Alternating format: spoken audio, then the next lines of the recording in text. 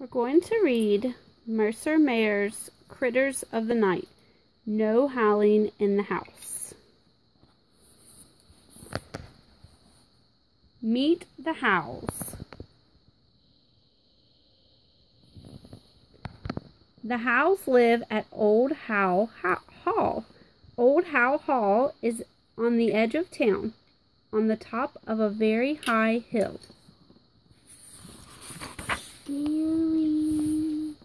One night, when the moon was full, Jack Howe took his son, Axel Howe, to the top of an even higher hill. "Now, son," said Jack Howe, "the time has come."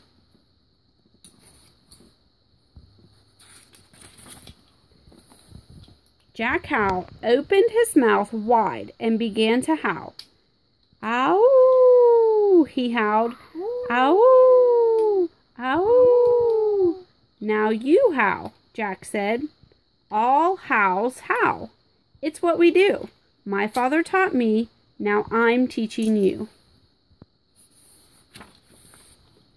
Axel Howe took a deep breath, opened his mouth wide, and blew as hard as he could, but no howl came out. "Try again," said Jack. But no matter how hard he tried, Axel Howe couldn't howl. He couldn't howl at all.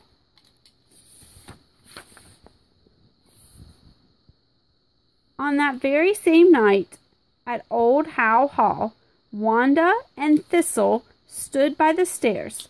"Now, Thistle," said Wanda, "listen to me. Birds and bats and bugs and bees, all that flies above the trees, rain and wind and sleet and snow, come to me, now up I go."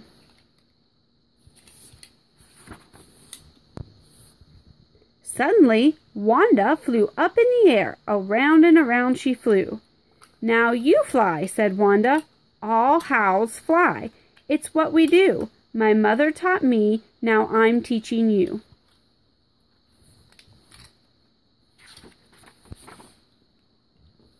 Thistle closed her eyes and said the spell, but it didn't work.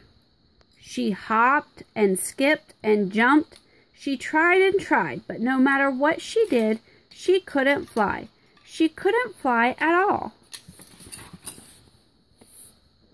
Later that night, Axel and Jack came back from the hill, and there on the steps of Old Howe Hall sat Wanda and Thistle. "Thistle can't fly," Wanda said. "Axel can't howl," Jack said. Jack and Wanda shook their heads. Then they climbed up the stairs and went to bed.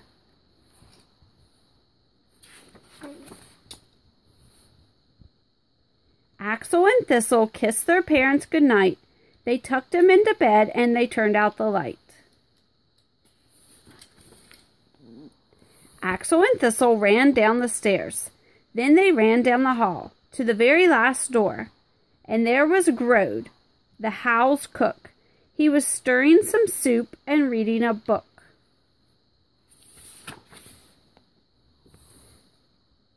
"We need a magic pie," Axel told Grode.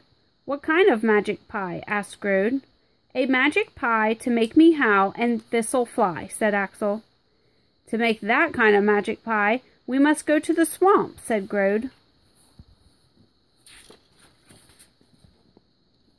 Axel and Thistle and Grode went down to the swamp with a great big pail. "The first thing we need is the tail of a swamp snail," said Grode.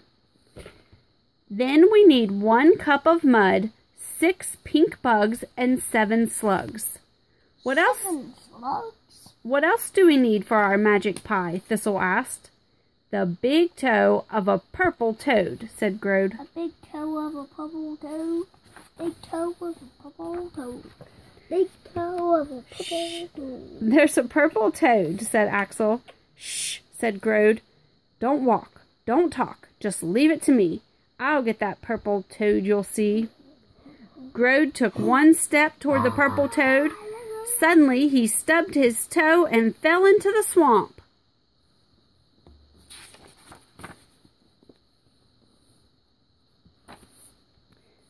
The purple toad looked at Grode and waved goodbye with his big toe. "Oh no," Thistle said. "There goes that purple toad. Without his toe we cannot make the magic pie," said Axel. "No, no," said Grode. "Leave it to me. I'll get that purple toad. You'll see." Axel and Thistle followed Grode to the old boathouse. A purple boat was inside. "On the count of 3, said Grode, "we will lift this purple boat. Then we will put it in the swamp and catch that purple toad." 1, 2, 3, said Grode. Axel and Thistle and Grode lifted the purple boat. "Ow!" yelled Grode. "The boat just fell on my big toe."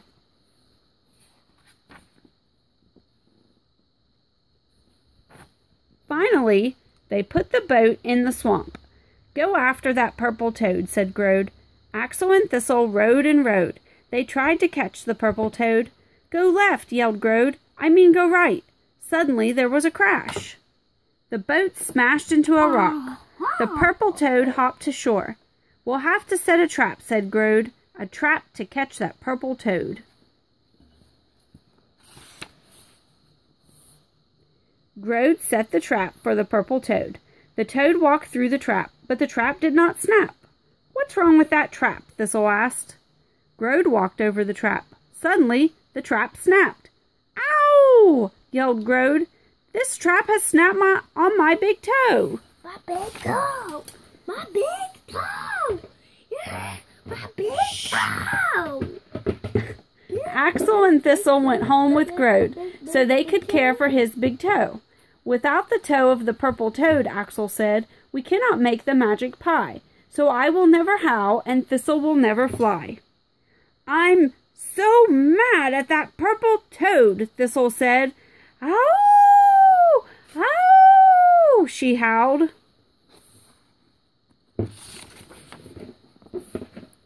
Jack and Wanda sat up in bed. "Who is that howling?" Hal said. "It must be Axel," said Wanda. Wanda and Jack jumped out of bed and ran down the stairs. Jack patted Axel on the back.